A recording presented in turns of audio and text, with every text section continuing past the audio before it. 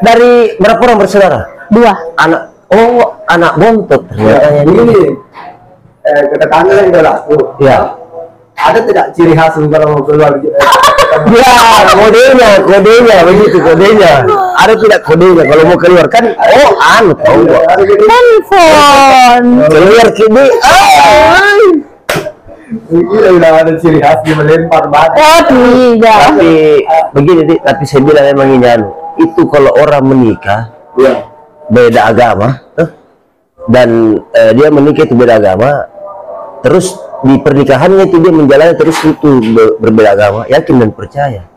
Selama kita berbeda agama itu pasti itu yang kita terus berzina namanya. Betul. Berzina terus. Karena beda namanya. Iya. Aliran. Iya, berzina terus. Yang setahu saya tuh berzina terus. Mohon maaf mami, bukan ke ustaz, bukan ke apa, tapi memang di temaku ini memang saya mengangkat ini tentang mualaf dan berusaha untuk membantu orang-orang yang membutuhkan. Seperti di video saya sebelumnya, Muhammad Yusuf, Angko Muhammad Yusuf, itu guys ya. Alhamdulillah sekarang Angko Muhammad Yusuf itu sudah ada diberikan tempat beristirahat sama Pak Malik ya. Oke, kalau begitu kita sekarang simak Mbak Novanya lagi. Jadi begini Mbak Nova ya, kan kita sekarang sudah masuk Muslim, Islam toh. Iya. Itu Islam itu, apalagi kita seorang perempuan tuh, syaratnya itu untuk masuk surga itu tidak susah. Artinya nanti susah gampang lah. Gampang. Nah, beda dengan laki-laki. Itu yang namanya kita seorang istri cukup kita jaga, namanya dibilang malunya suami. Contohnya seperti gimana Dik? Jangan suka pergi bercerita, gosip, jangan memperlihatkan aurat, segala macam. Sama, kita cukup jalankan namanya sholat 5 waktu, meskipun dalam kamar. Ya, betul. Itu dijaga kehormatan wanita. Laksanakan perintahnya Allah, insya Allah itu surga tempatnya. Itu dia. Sebenarnya begini, perempuan juga kalau tidak ada suami di rumah itu memang dilarang keluar. Dilarang keluar dan dilarang menerima tamu laki-laki yang bukan muhrimnya. Bukan muhrimnya, kategori muhrim itu saudara. Iya. Sedangkan saudara saja toh kalau dia sudah akil balik itu kayaknya agak susah. Iya, artinya kalau dia saudara-saudara sepupu atau apa tuh. Karena banyak sekarang itu yang bagaimana tuh. Begitu. Jadi ini memang saya tahu Mbak Nova, saya is the best memang. Perjalanannya tuh saya tidak sangka. Ini saya kali sedikit Mbak Nova.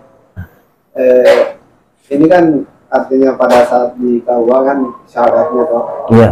Ada tidak tersebut di dalam hatimu? Apakah saya mampu mengucapkan 2 kali? Ya, itu yang tadi saya mau bilang. Iya. Pada saat saya disuruh 3 kali kalimat syahadat, itu yang kaget proses itu. Kau tidak bergetar? Ya. Kau tidak kaget karena tidak kaku. Ya. Dia bilang, ini sudah dihafal atau bagaimana dek? Sudah dari kemarin-kemarin. Pernah belajar sudah. Iya, karena biasanya kan kalau kita itu di depannya orang, walaupun itu dihafal, pas kita mau datang, hafal deh. Nanti bagaimana kita? Pasti kaku ki. Asyhadu Allah ilah. Coba deh ikuti saya. Dalam hatiku ini saya tahu. Kuana bilang langsung dia bertanya itu sama saya. Kenapa kita bisa deh? Iya. Jadi pure ini bukan kita karena mau kita menikah. Kalau bilang iya tidak. Dari hatiku memang. Saya bilang sama itu. Jadi disuruh maka ambil pertama kan disuruh dulu ambil air wudu, berudu. Orang yang temani itu berudu. Kan kalau di tempat kerjaku itu sebelumnya musola ada tempat air wudu, biasa tempat air wudu itu biasa kita pakai cuci tangan, cuci tempat-tempat makanan, ya, betul. Di situ mencuri.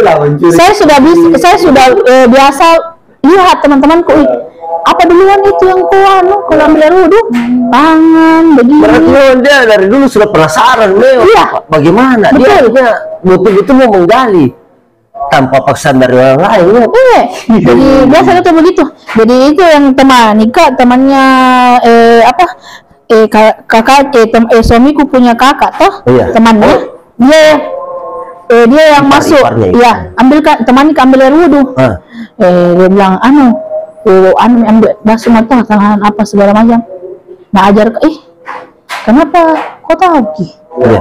Artinya kenapa tidak? Tidak bilang iya apalagi. Oh, pada saat mau diislamkan ini. Iya, pada saat mau diislamkan, karena waktu saya mau diislamkan itu ambil air wudhu, pakai mukena, baru baca 3 kalimat syahadat, baru dia tanya 2 kalimat syahadat. Ya, 2 kalimat syahadat, baru dia tanya maka apa-apa kewajiban seorang istri. Ya. Itu semua ditanyakan. Jadi waktu masuk ke di kamar mandi, disuruh masuk kamar mandi ambil air wudhu, dia bilang nih begitu. Tapi begini Mbak Nova, ini kan wudhu orang kalau artinya tidak terbiasa. Ya. Orang saya terbiasa Salah. Biasa tertukar ya. Bukan.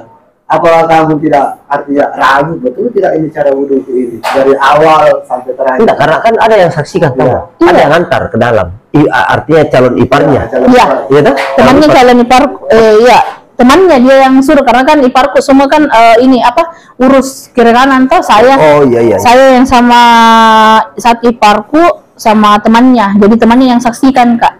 Perempuan juga. Iya. Oh begini Mbak Nova, mohon maaf. Itu kalau pertama orang masuk Islam ada berat karena saya dengar sih pada saat mencuci muka awal masuk Islam itu pasti ada perubahan di muka. Bercahaya. Iya, pasti ada di atas. Iya, sudah. Kayak Jangankan dibilang pertama kali kita saja ambil air wudhu itu pancaran muka itu pasti akan bersinar. Masya Allah. ada itu memang kalau saya dapat itu. Ya rasanya kayak bagaimana, kayak lembut lah istilahnya, kayak bersih memang. Iya, kayak bercahaya, baru kayak tenang hati begitu. Karena memang saya juga sering sama teman-teman yang memang sebelumnya yang malah juga banyak saya dapat gitu. Jadi pas syahadatnya ini artinya Tidak kaku lagi. Tidak kaku. Karena memang dia sudah mempelajari dari Iya.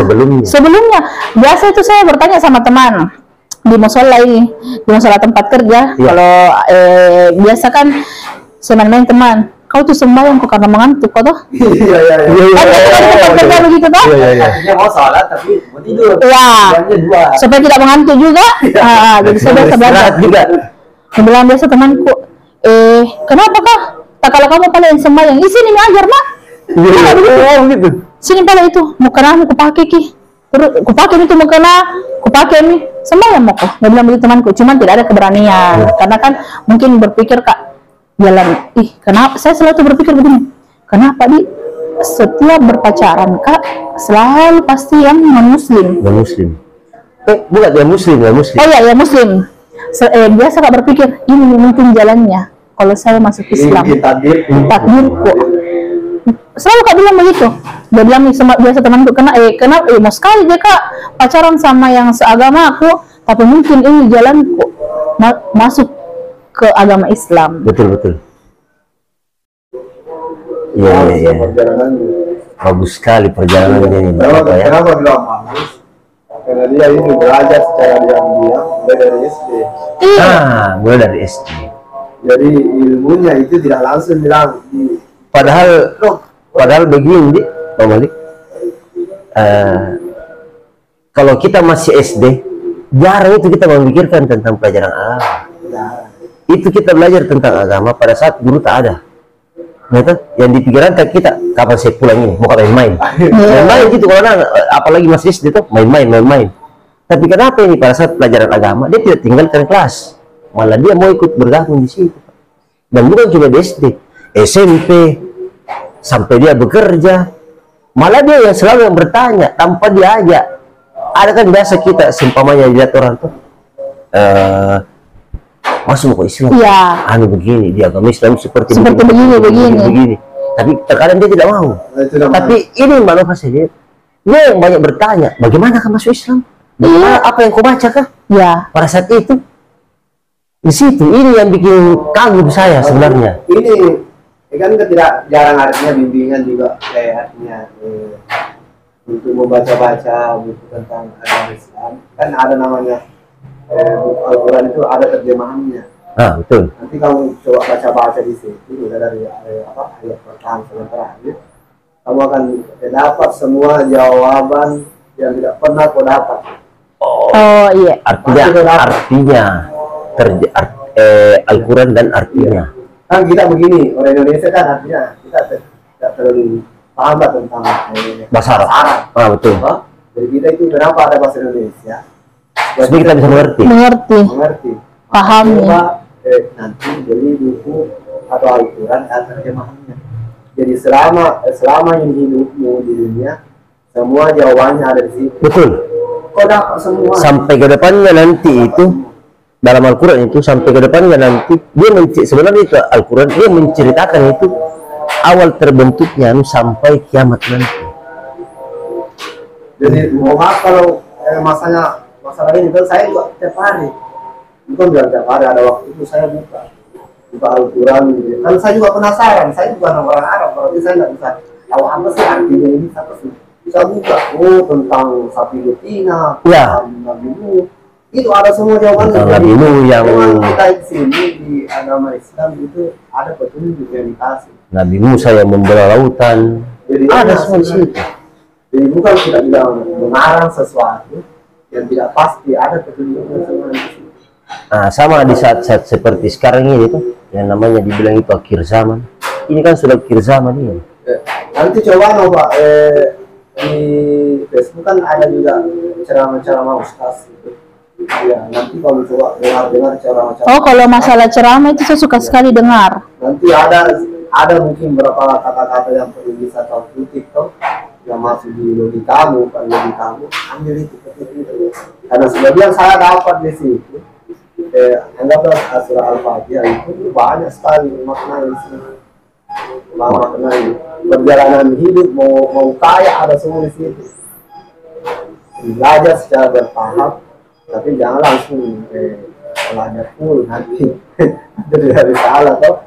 Jadi saya pun juga ingin dari orang Islam sebenarnya Islam itu dia mengajarkan kita tentang banyak kesabaran.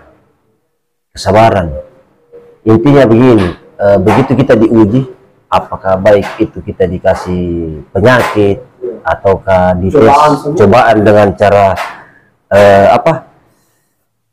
biaya hidup, artinya ekonomi. Itu kan artinya dulu orang berdagang. Jadi bukan berarti kalau kita dicoba sama Allah seperti itu, bukan berarti Allah tidak suka. Justru sebaliknya, kapan Allah menguji kita berarti Allah sayang sama kita. Betul. Karena dia mau tahu di mana kemampuannya. Dan yakin dan percaya Allah tidak akan pernah menguji suatu hambanya di luar dari kemampuannya. Pasti Allah menguji hambanya pasti di batas kemampuannya. Tentang ekonomi, penyakit, apa segala macam itu pasti Allah menganggap kita mampu lewati itu, makanya dia uji kita di situ. Supaya kenapa? Supaya itu kita punya keyakinan lebih besar lagi. Jangan kan biasa orang diuji dengan kemiskinan, ekonominya bagaimana. Dia malah berpikir, wah Allah tidak adil. Itu salah itu. Salah itu. Allah tidak adil. Dikasih ujian begini. Itu salah. Karena saya pernah alami seperti itu. Sebelum saya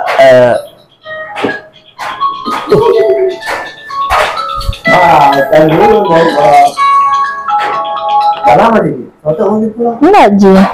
Jadi sama izin suamiku. Jadi oke, lanjut.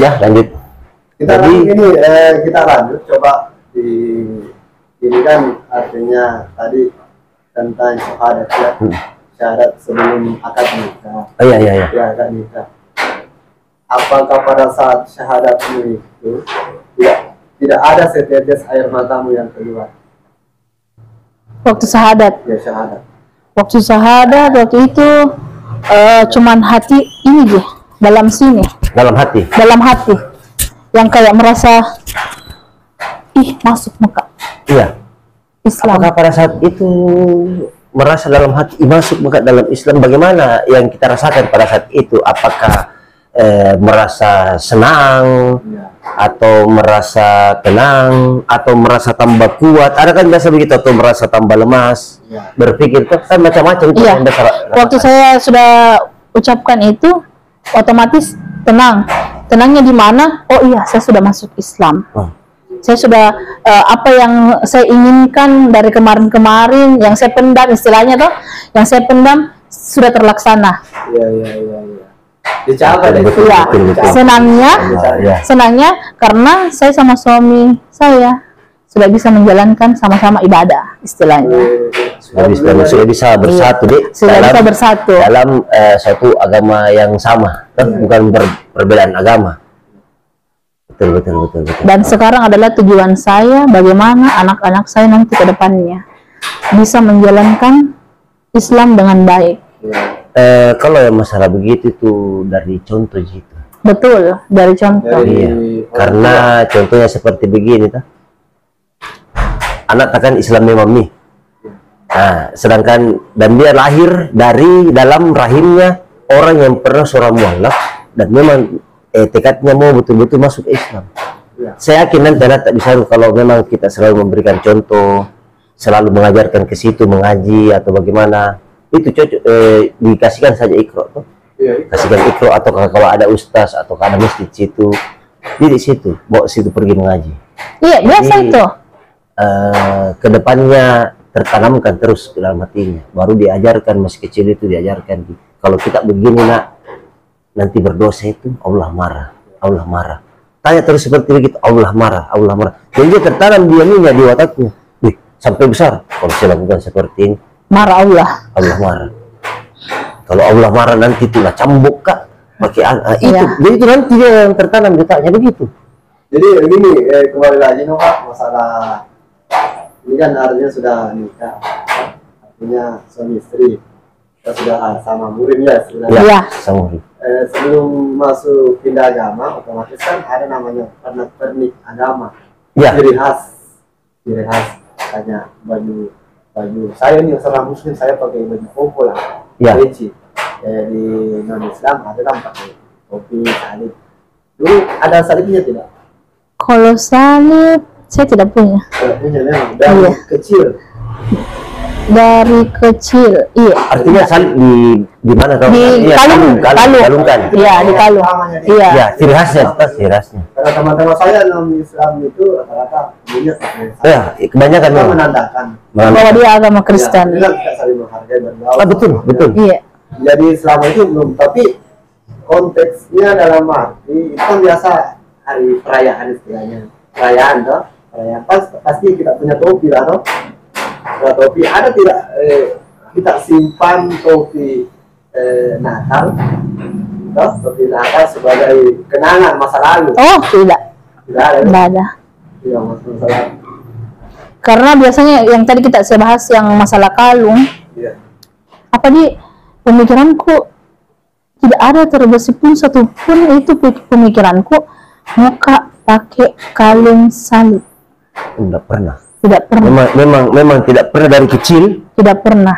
Malahan biasa kak berpikir, kalau saya pakai kalung, nanti orang berpikir saya sama ini, nanti nanti berpacaran kak sama ini, nanti berpikiran enggak mau kak